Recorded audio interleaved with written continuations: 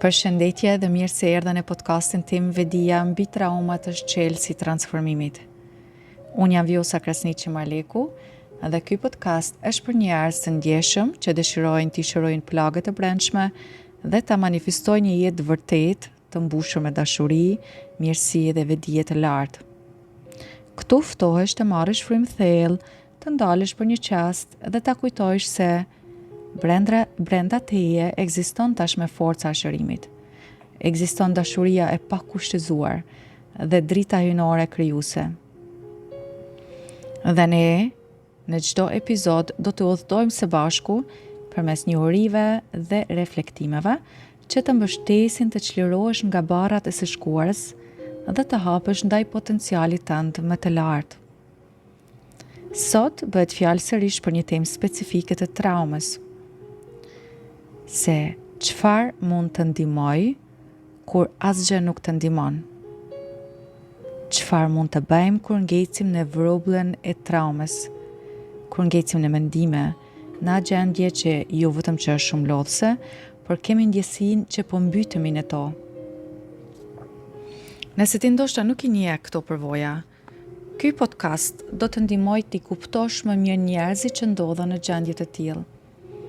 Sepse t'i ndihmojmë edhe të mbështesim njëri tjetrin është diçka jashtëzakonisht e vlefshme dhe e mrekullueshme. Gjatë procesit të shërimit, shumë njerëz, inkluziv edhe unë vet, përjetojnë faza në të cilat kanë ndjesinë se asgjë nuk ndihmon.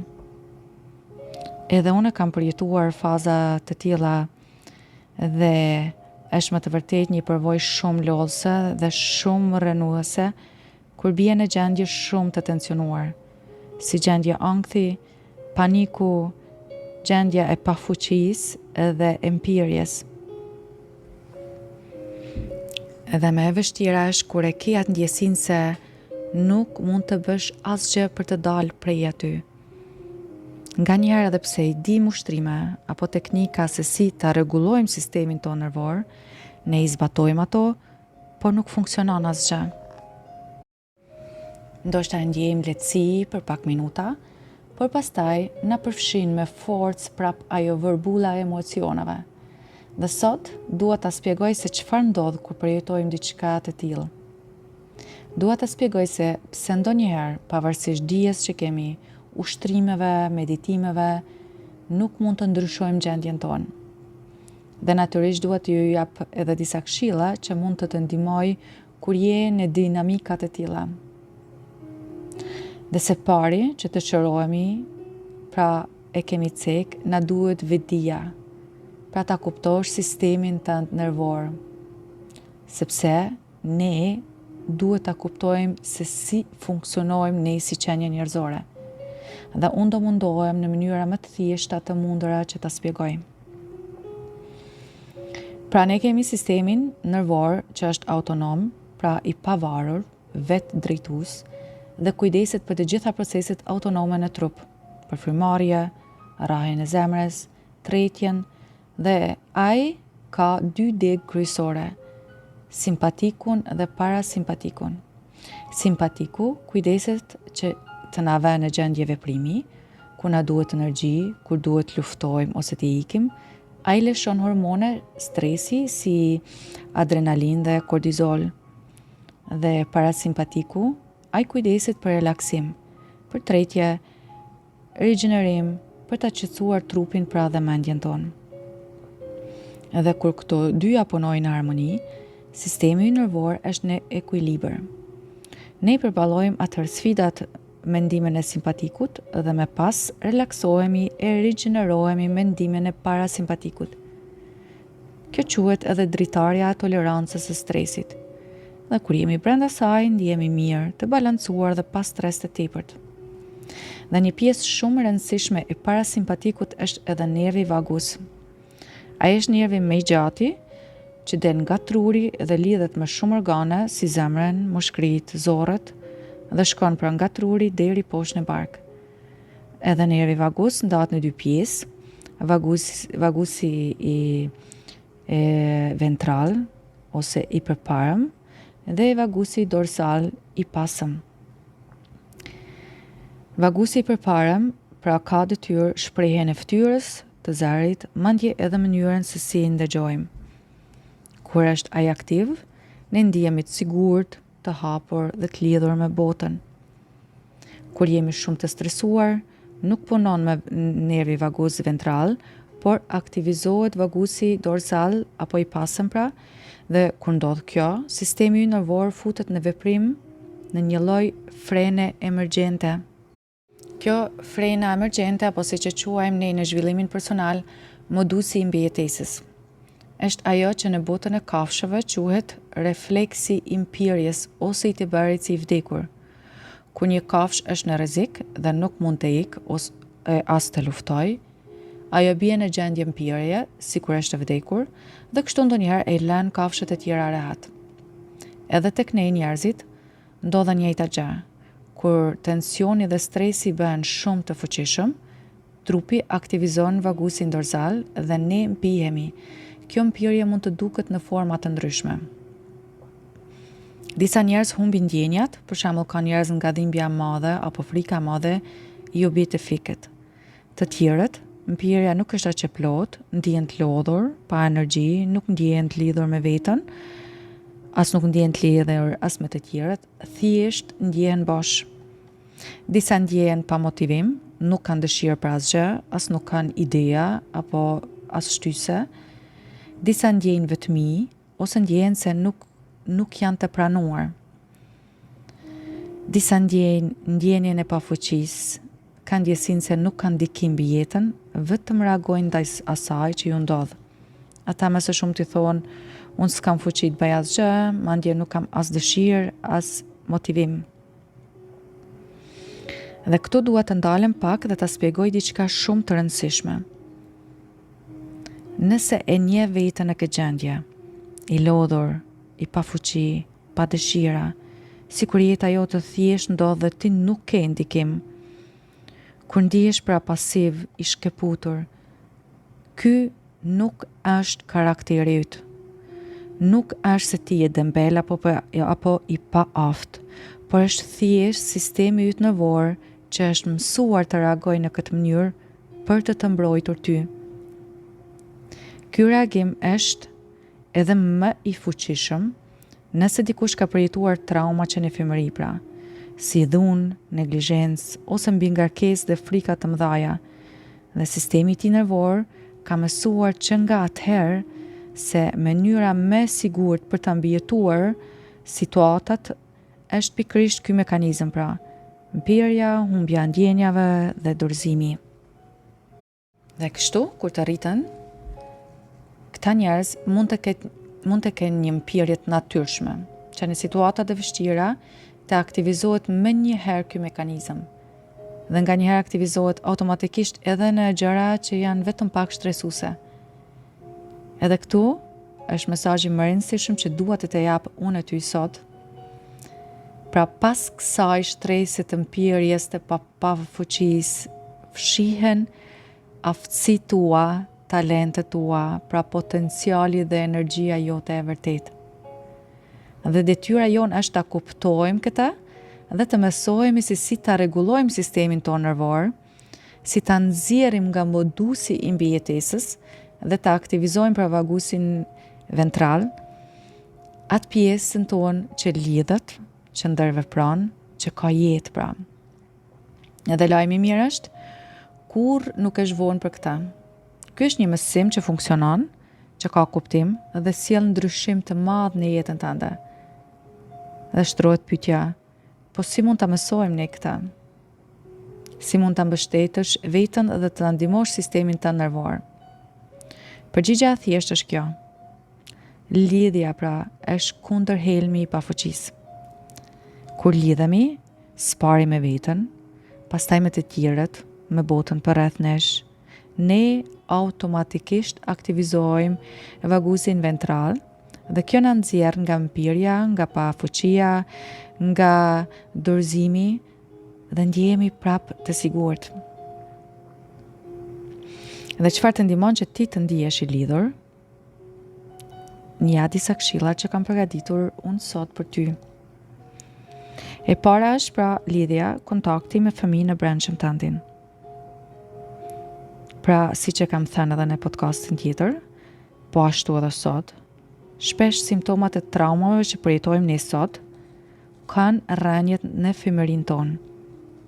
Në ato momente kur kemi pas nevojë për dashuri, për siguri edhe pranim të plot.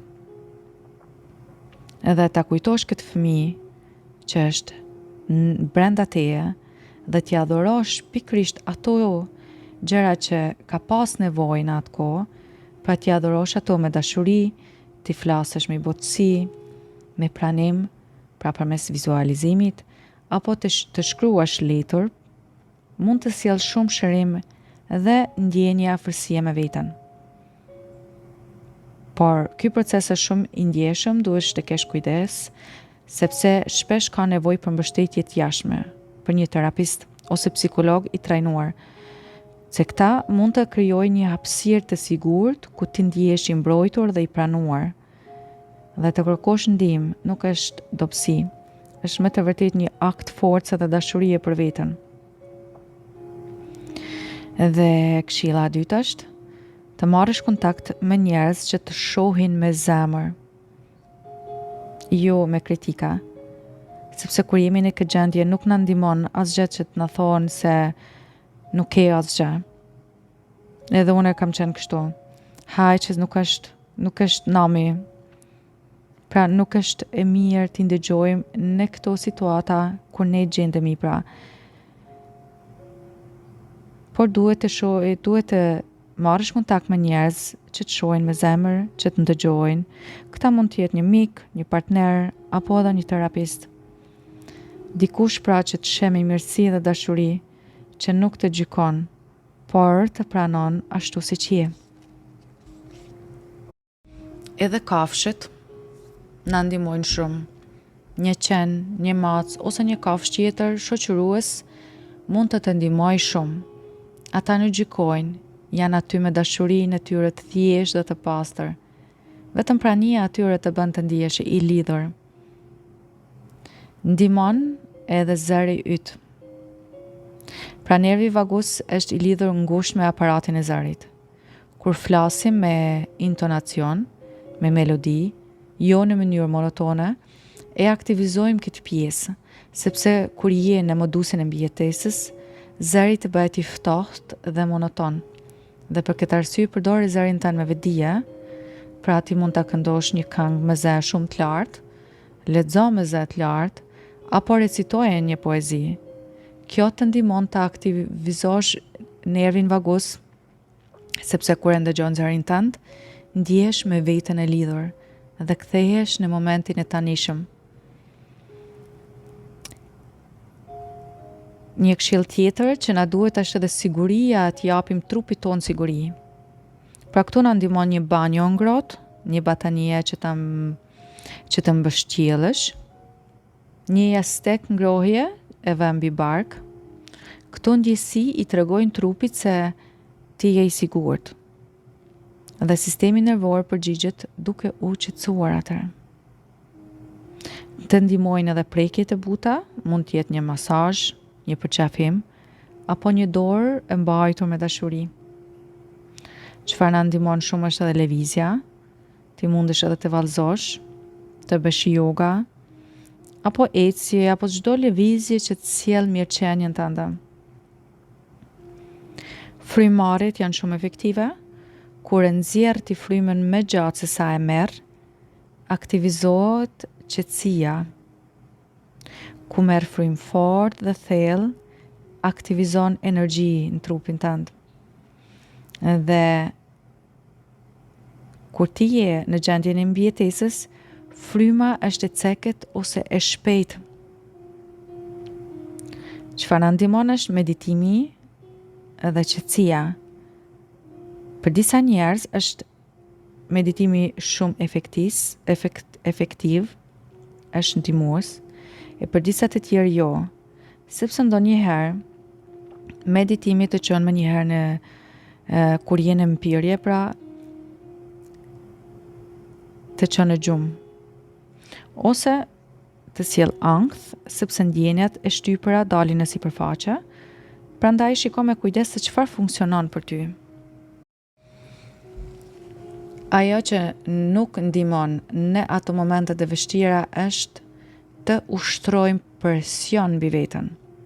Ta detyrojmë veten të qetësohemi, të bëjmë meditime apo ushtrime me zor.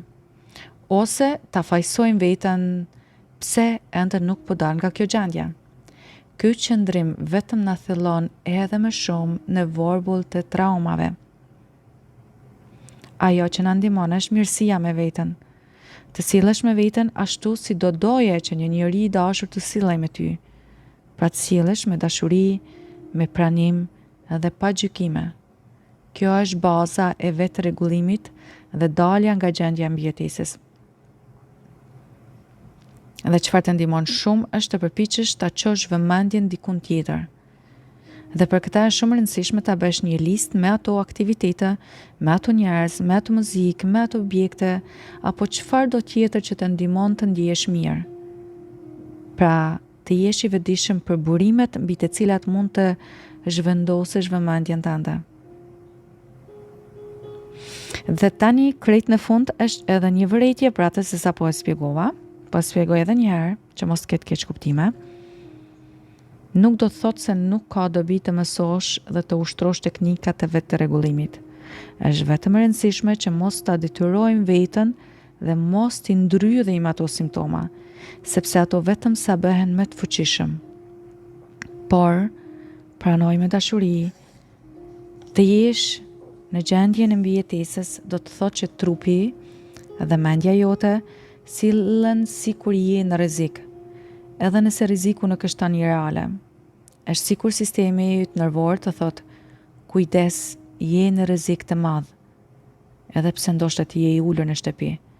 Dhe për këtë arsye, sjellu me dashuri me veten, pranoje gjendjen tënde dhe bëje pa presion një nga këto këshilla që ti kam treguar.